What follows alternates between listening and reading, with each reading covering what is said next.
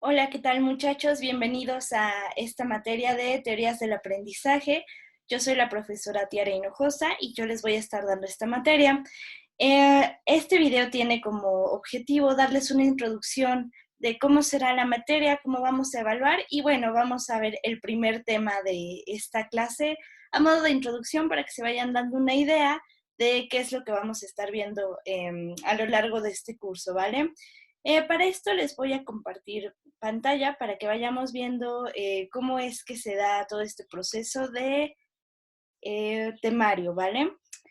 Entonces, aquí creo que ya lo pueden ver súper bien.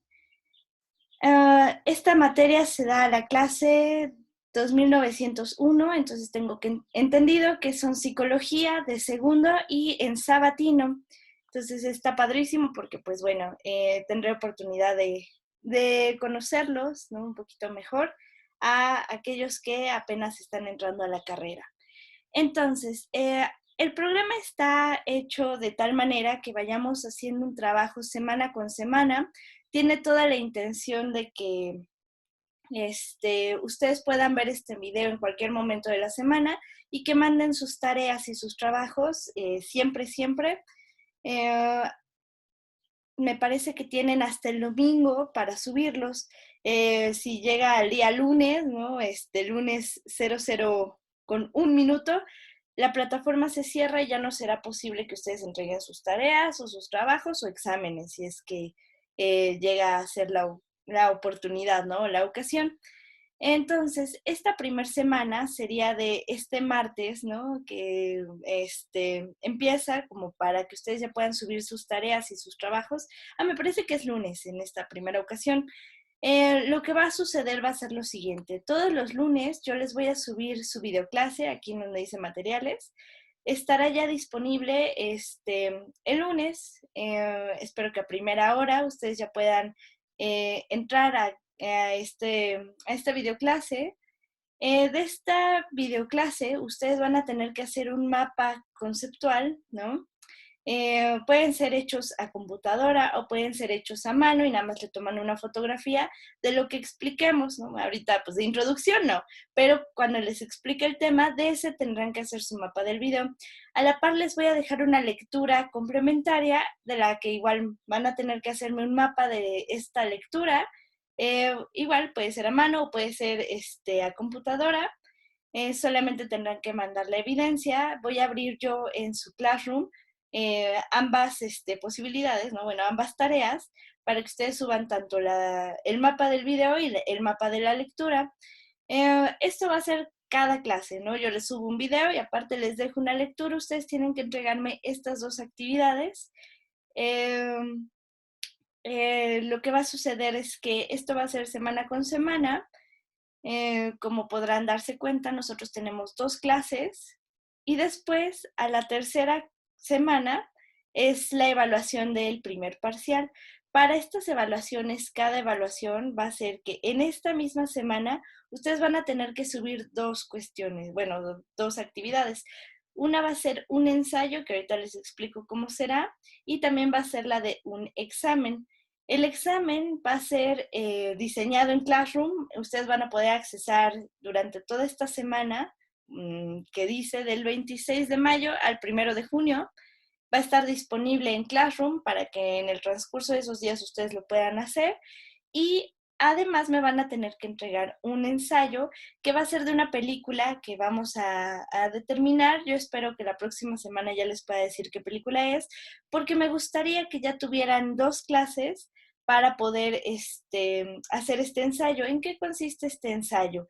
Es importantísimo que no sea un resumen, ¿no? Es lo principal, porque si ustedes hacen resumen, esto va a quedar anulado, yo no voy a contar esa calificación.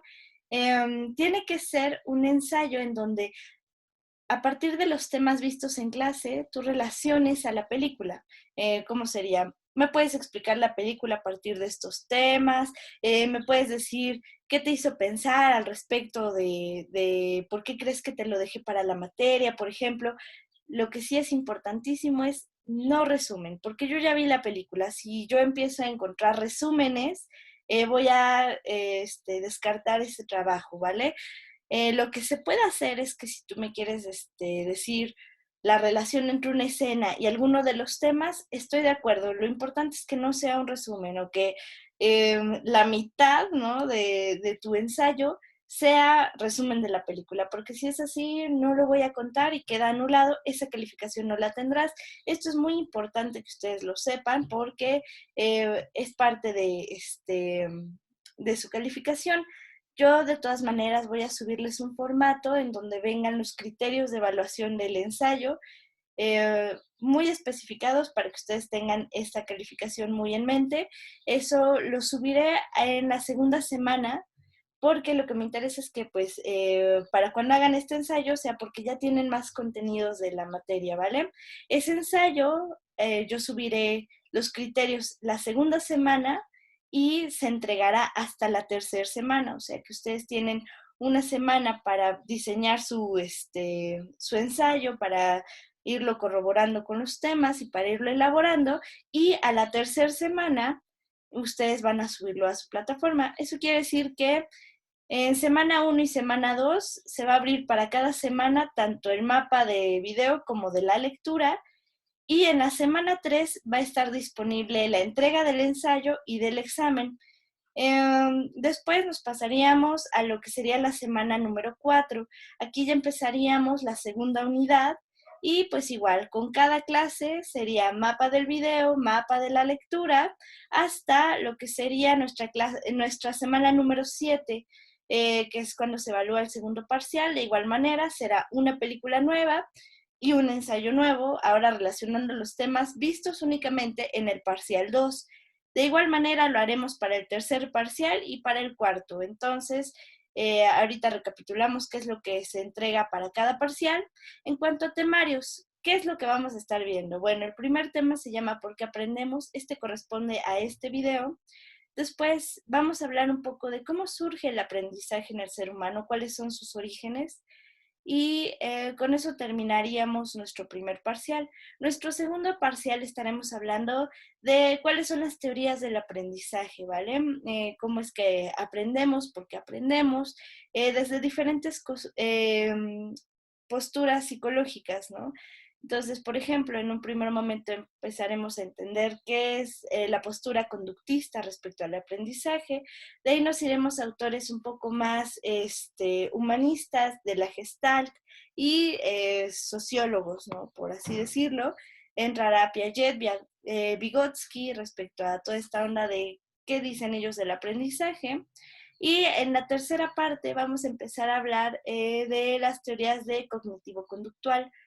Em, Después de de este segundo parcial, empezaremos a hablar de la relación entre el desarrollo emocional y el desarrollo en cuanto al aprendizaje, ¿no?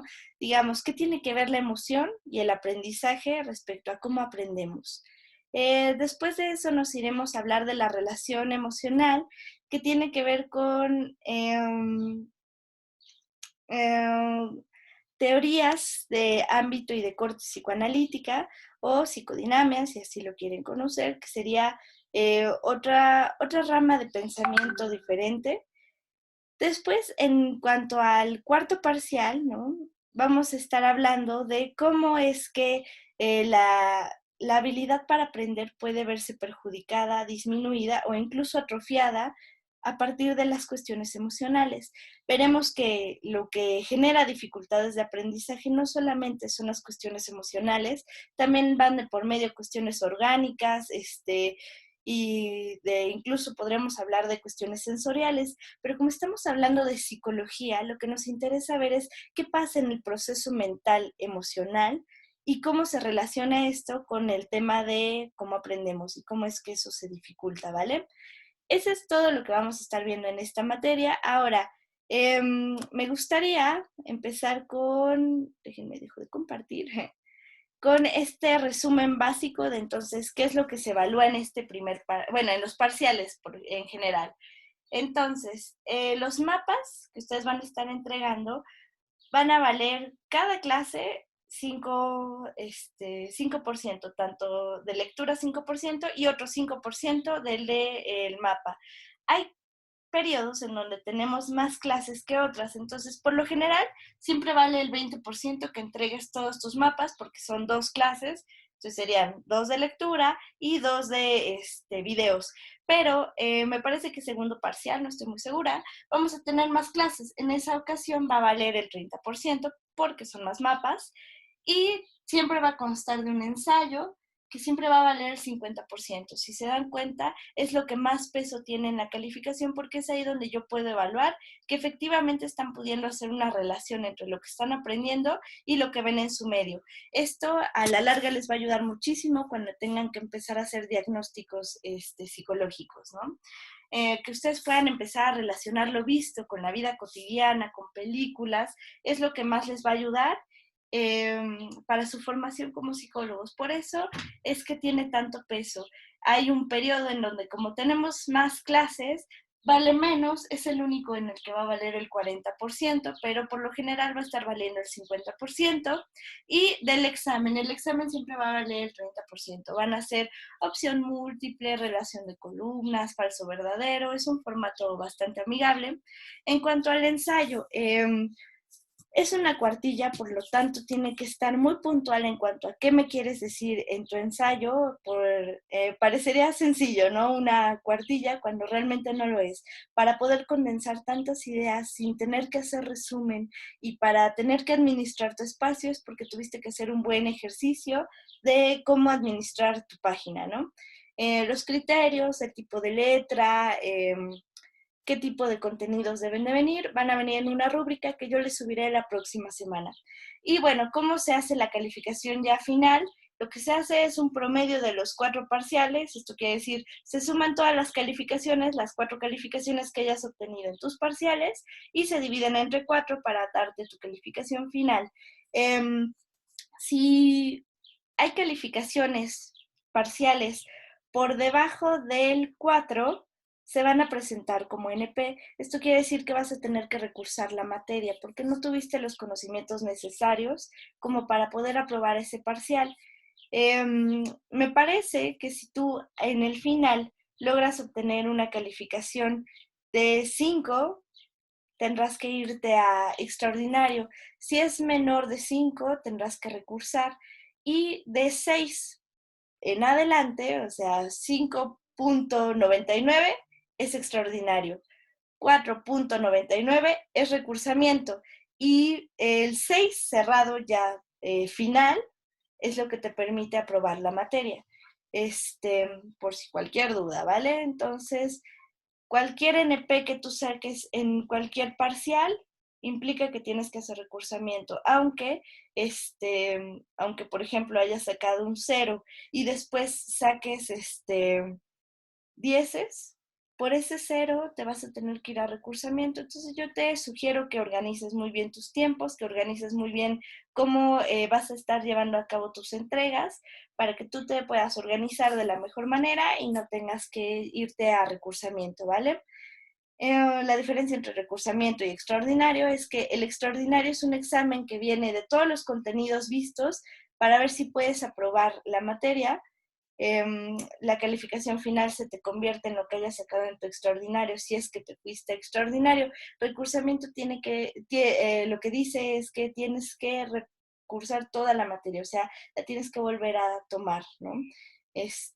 No se sabe si conmigo o con otro profesor, depende mucho de quién la dé después, ¿no? Pero bueno, los criterios claros sobre cómo se va a estar evaluando. Y bueno, a partir de ahorita vamos a empezar a hablar del tema de por qué aprendemos, ¿no? Este es el primer tema de la primera unidad. Te recomiendo que pongas pausa al video ahorita para que puedas ir por tus cuadernos o tu cuaderno de notas, para que puedas empezar a tomar tus apuntes y puedas hacer tu mapa, ¿vale? Entonces, empecemos a hablar de qué es esta onda del aprendizaje, ¿no? Porque nosotros como humanos necesitamos del aprendizaje. Esta materia me gusta empezarla con esta idea de instinto y de pulsión, ¿no? Para esto vamos a dar 2 definiciones. La definición que se da de instinto es aquella conducta que van a repetir todos los seres de la misma especie con el fin de la supervivencia. Esto quiere decir que todos los miembros de esa especie van a repetir el mismo patrón de conducta. Un ejemplo, podríamos hablar de, por ejemplo, los patos que tienen que migrar en cada temporada estacional debido al calor o debido al frío que se empieza a experimentar y que esto podría pues acabar con su vida, ¿no? Tiene que ver también con la vegetación que está en su hábitat natural, que empieza a cambiar, y entonces tienen que buscar alimento, tienen que buscar un clima mucho más cálido para que puedan sobrevivir. Esto es algo que ya está innato. Esto quiere decir que se nace con ello. Al pato no se le tiene que enseñar un mapa, ¿no? Y una ruta de cómo se hace la ruta de migración de Canadá al Amazonas, ¿no? Por ejemplo, por poner un ejemplo, eso no se le tiene que enseñar al pato. El pato lo va aprendiendo, bueno, digamos, no es un aprendizaje, sino más bien es como una cosa instintiva, un chip que el pato ya sabe que tiene que hacer, ¿no? Entre un proceso de imitación que aprende a volar, después de eso se vuelve una cosa instintiva en donde el pato sabe perfectamente a dónde tiene que llegar. Esto no se le enseña al pato, el pato ya nace con este tipo de conocimiento. Por ejemplo, a las mariposas que también hacen este ejercicio, a los osos que hibernan, ¿no? Entonces vamos a ver que esta cuestión instintiva es aquello que va a surgir en los animales, algo que ya surge dentro de su chip biológico para la supervivencia. Esto nos contradice un poco porque nosotros como especie humana resulta ser que no tenemos conductas instintivas. Vamos a ver que todo lo que nosotros hacemos tiene que ver con un aprendizaje y tiene que ver con cuestiones que van a cambiar de persona a persona. Nosotros podríamos poner muchísimos ejemplos que tengan que ver con la supervivencia del ser humano, pero nos vamos a dar cuenta que como especie nunca repetimos una conducta. Podríamos poner, por ejemplo, el tema de la comida, ¿no? El ser humano tiene que comer, pero nosotros dijimos que para que fuera instinto, la comida, la forma en la que nos alimentamos, tiene que ser igual para todos los seres humanos. Y no es así, porque resulta ser que en México existen ciertos tipos de maíz, ¿no? Y comemos tortilla, muy diferente a lo que van a encontrar, por ejemplo, en Rusia, ¿no? En donde el cultivo de ciertos cereales es muy difícil, entonces no van a comer igual que nosotros, entonces la conducta alimenticia ya cambió. Incluso si pusiéramos una cosa más elaborada, ¿no? Una cuestión en donde dijéramos, el ser humano debe de comer, ¿no? Debe de comer porque es una cuestión instintiva que se va a estar repitiendo en todos los seres humanos. Resulta ser que no es así, porque existen los trastornos de conducta alimenticia, en donde la conducta alimenticia está determinada por otros factores muy diferentes a cuestiones instintivas, ¿no? Y así podríamos hacer una revisión de todas estas cuestiones que ayudan a la supervivencia, pero que el ser humano no las tiene de forma instintiva, ¿no? Por ejemplo, digamos, el sueño. Soñar, el tema de dormir, parecería una cosa muy repetitiva en el ser humano, ¿no? Algo muy instintivo, cuando no es así. Al niño se le incluso enseña una canción para ir a dormir. Al niño de repente empieza a tener ciertos rituales para dormir, ¿no? Que la cobijita, que si se hace churrita el cabello, que si mueve el piecito, que si se mece. Entonces ya no fue una conducta instintiva porque todos lo hicimos distinto. Incluso podríamos hablar de que existen los trastornos del sueño, ¿no? Estas ideas del sonambulismo, de no poder concebir el sueño, de trastornos que tienen que ver con que la persona no puede dormir más de ciertas horas seguidas, ¿no? Entonces ya estamos hablando de que es una conducta que no se va a repetir en todos los seres humanos. Podríamos hablar millones y millones de ejemplos de cómo es que el ser humano no respeta esta definición de instinto. Eh, otro que de repente ponen es el tema de tomar agua, ¿no? El tema de la sed. la sed no es instintiva, porque si fuera así, nosotros nada más beberíamos cierto tipo de agua, una marca en específico, y no lo modificaríamos. Cuando no es así, existen millones de marcas de agua, existen jugos, existen refrescos, existen incluso hasta bebidas alcohólicas que tienen que ver con una cuestión diferente, tanto cultural como subjetiva, de cada persona respecto a qué prefiere, ¿no? Entonces, nosotros nos topamos con esta limitante en donde nosotros no tenemos instinto, nosotros no nacemos sabiendo cosas, no nacemos sabiendo cómo alimentarnos, cómo dormir, cómo reproducirnos, incluso existen clases de educación sexual, porque nosotros no tenemos instinto. Si nosotros tuviéramos instinto, no necesitaríamos del aprendizaje. Espero que quede claro esta definición, ¿no? Digamos, el instinto tiene que ver con la cuestión animal, cuestiones con las que nacemos. Entonces, si el humano no tiene instinto, ¿qué es con lo que nacemos? Bueno, existe un autor que se llama Sigmund Freud que propone el término de la pulsión. La pulsión, ¿no? Les diré la definición del libro. Freud a lo largo de su obra fue dando diferentes definiciones de pulsión. Esto fue enriqueciendo mucho el concepto. Esto quiere decir que el tema de la pulsión fue ampliándose muchísimo. Fue un tema, ¿no? Fue una propuesta bastante inteligente de este hombre, a partir de la cual se va a desarrollar toda su investigación para empezar a hablar de cómo se relaciona la sexualidad con el desarrollo mental, cómo se va hablando de estas cuestiones pulsionales y cómo se va desarrollando la mente, ¿no? En el ser humano. Este tipo de pensamiento y de teoría es lo que va a converger en lo que nosotros conocemos como psicoanálisis, ¿no? Freud fue el padre del psicoanálisis, él fue quien lo inventó. Entonces el tema de la pulsión es un concepto muy interesante dentro de su obra. ¿Qué sería la pulsión, no? La pulsión es aquello con lo que nacemos como seres humanos. Es como la mochilita, ¿no? El kit de viajero con lo que tú vas a nacer, que va a determinar ciertas conductas que van a tender a lo placentero y a lo displacentero. De otra manera, también podríamos pensar a la pulsión como esta idea, este concepto que está entre la cuestión representante físico y la cuestión representante mental. O sea, en otras palabras, es un término que entra entre la corporeidad, el cuerpo humano, y el psiquismo, la mente del ser humano. Entonces es un término que va a estar entre mente y cuerpo, ¿no? Cómo se da esta representación del cuerpo que tenemos, cómo se da esta representación de la mente y cómo se va a expresar en el cuerpo, ¿no? Entonces va en dos sentidos, tanto qué es lo que nosotros tenemos como representación de lo corporal. Un ejemplo sería, cuando alguien tiene hambre, ¿no? Tiene un representante psíquico, mental, de qué es tener hambre.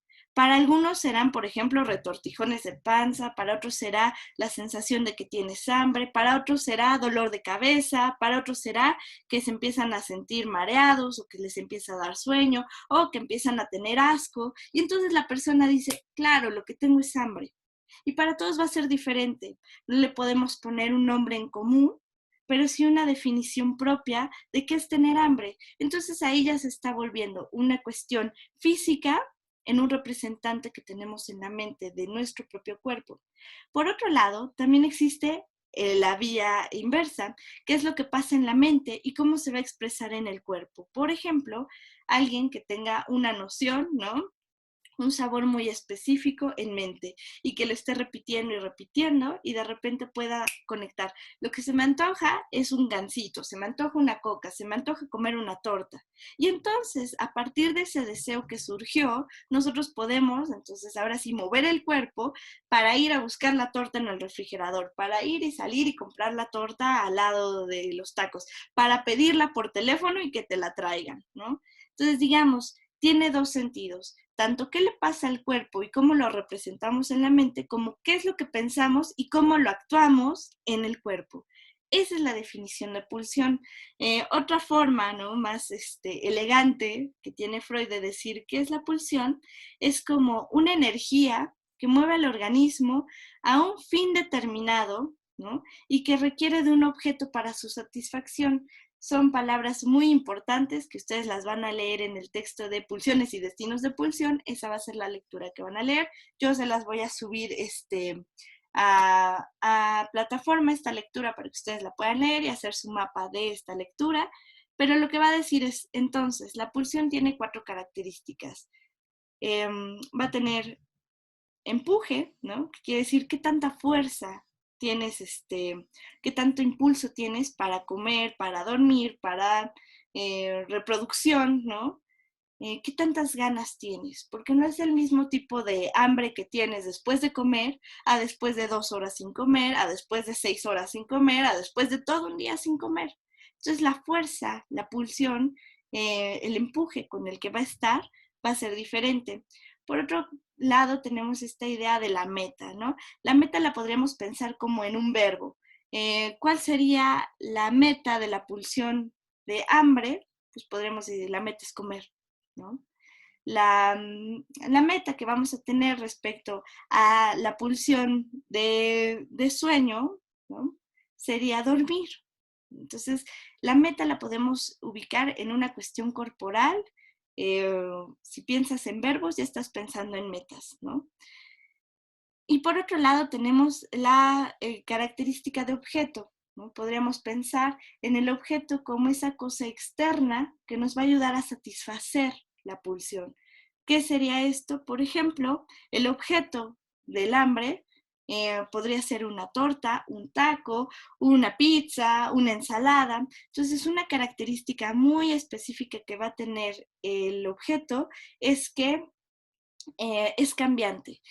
Gracias a que el objeto es cambiante en la pulsión, es por lo que nosotros no tenemos instinto, porque puede cambiar y puede ser diferente de millones de maneras y no va a ser de una única forma. Por otro lado, ¿no? La última característica va a ser la fuente, ¿no? Fuente se refiere a origen, de dónde viene, ¿no? Entonces, la fuente, ¿no? De dónde brota, de dónde emana, ¿no? Por eso se le conoce así, va a ser el cuerpo, ¿no? Entonces, ¿de dónde surge la pulsión? Va a surgir de una cuestión corporal. Específicamente lo pensamos en órganos, ¿no? Entonces, de la pulsión de hambre, ¿no? ¿Cuál podría ser la fuente? Pues el estómago, ¿no? De la pulsión de respirar, ¿cuál sería la fuente? Pues los pulmones. Así es como vamos nosotros ubicando cuál es la pulsión, cuál es cada una de las características, ¿no? Entonces, empuje, ¿con qué tanta fuerza nosotros expresamos esta pulsión?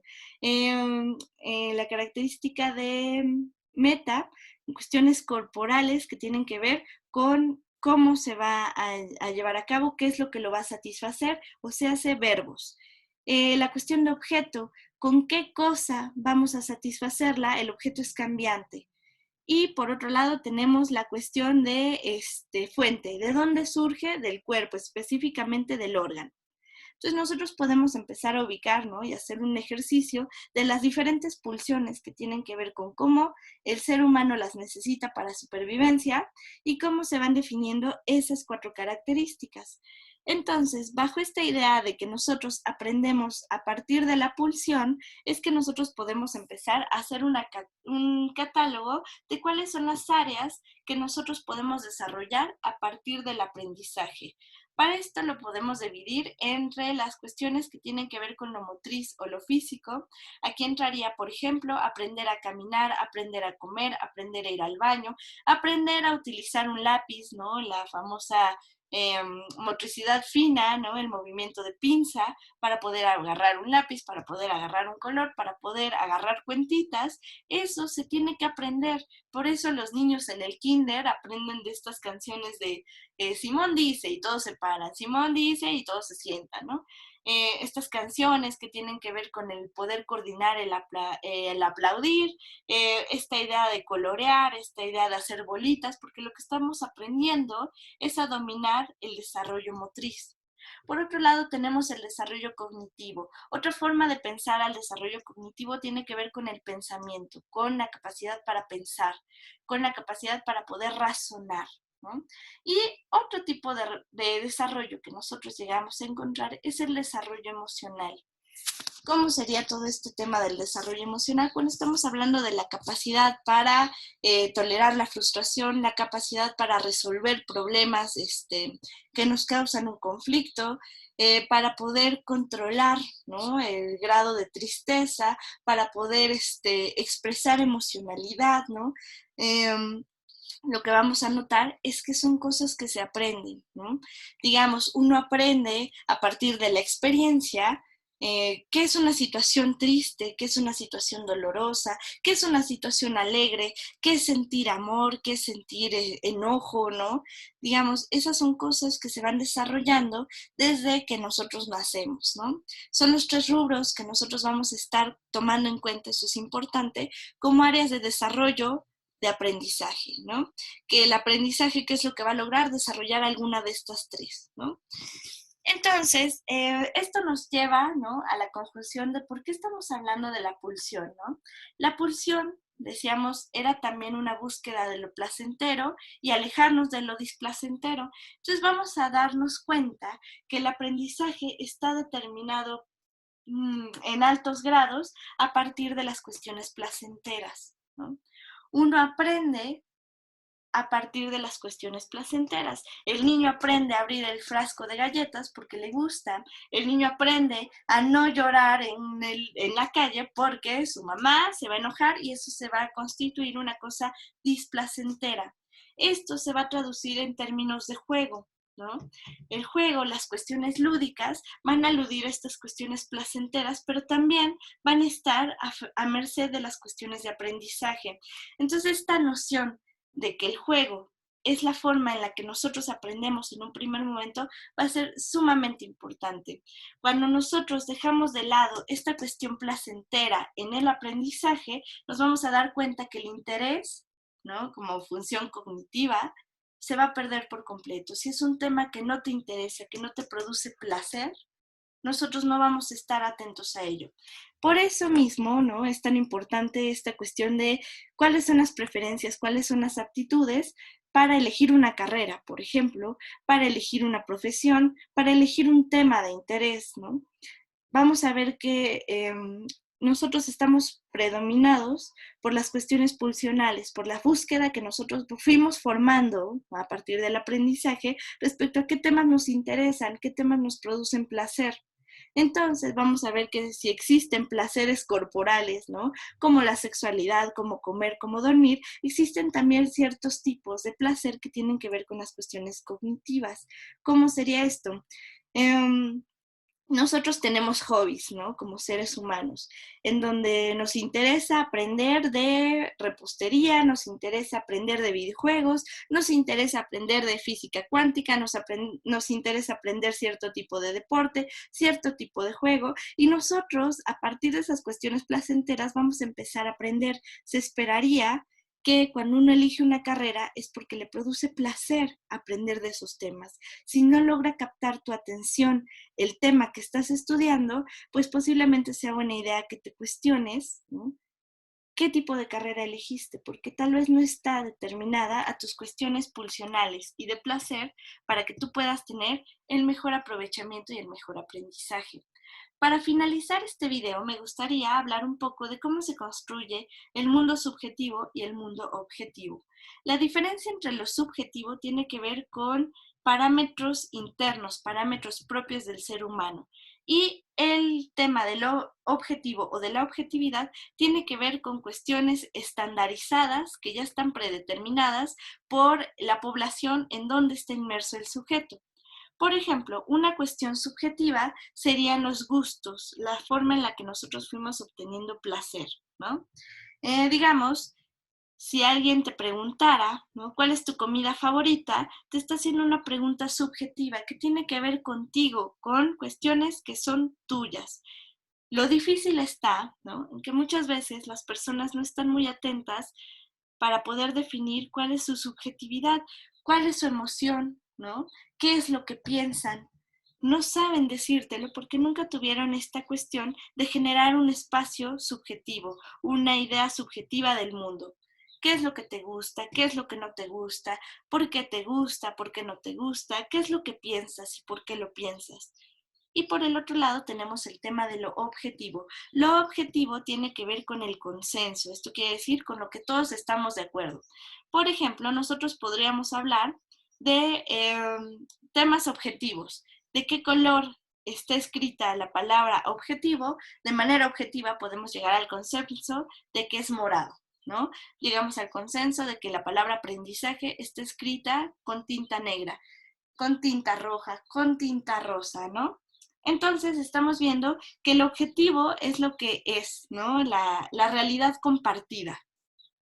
Otra cosa sería preguntarte, ¿te gusta el color morado? Ahí estamos en el campo de lo subjetivo. Las dificultades mentales se pueden presentar en cualquiera de estos dos ámbitos. En una cuestión en donde la persona tiene una dificultad, ¿no? Para poderse hacer de un mundo subjetivo, estamos hablando de dificultades normóticas, o está enfermo, ¿no? En cuanto a exceso de subjetividad, tanto que omitió la parte objetiva. Estamos hablando de trastornos de la psicosis, ¿no? Alucinaciones en donde la cuestión mental predominó a las cuestiones objetivas que todo el mundo estaba de acuerdo en, ¿no? En cuanto al objetivo, nosotros podríamos dividirlo en dos tipos de dificultad.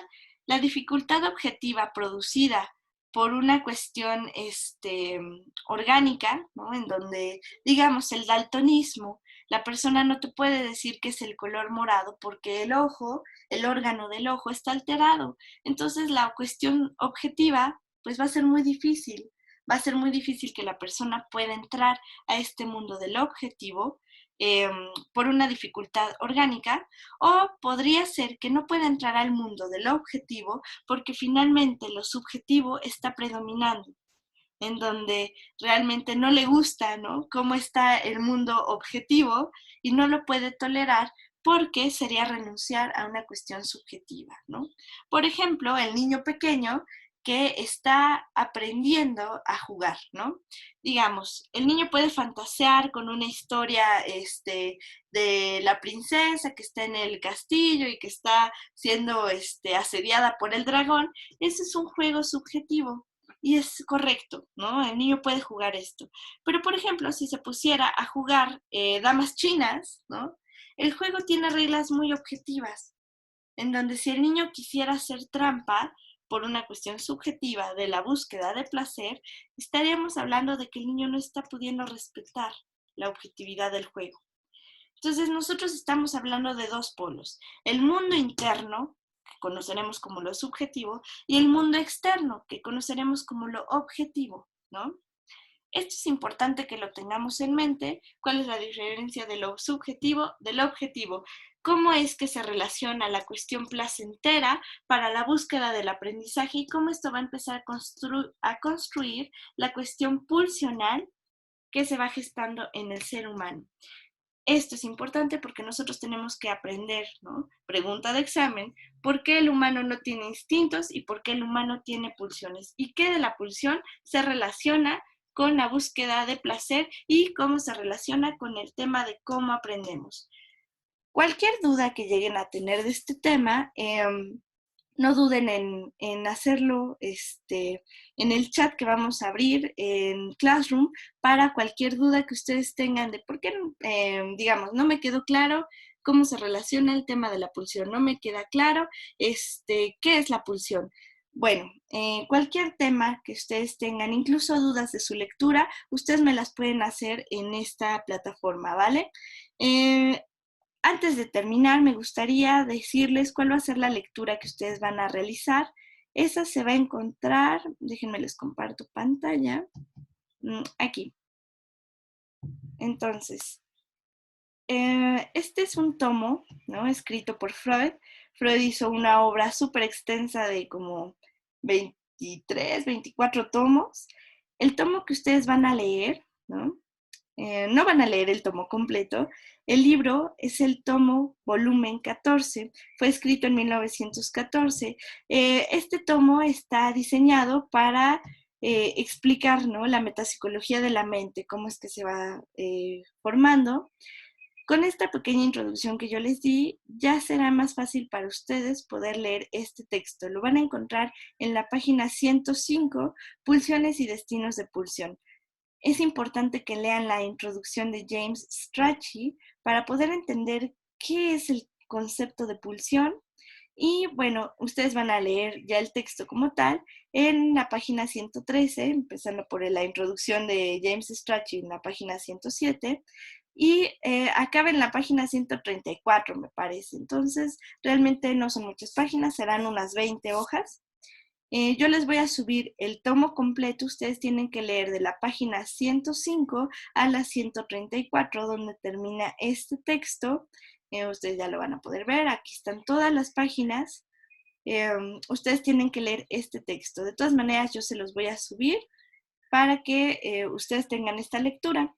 Entonces, como primeras tareas quedan estas dos. El mapa de esta explicación que dimos a este primer tema de por qué aprendemos, porque no tenemos instinto, tenemos pulsión. ¿Qué es la pulsión y cómo determina la forma en la que aprendemos? Ese es un mapa de video.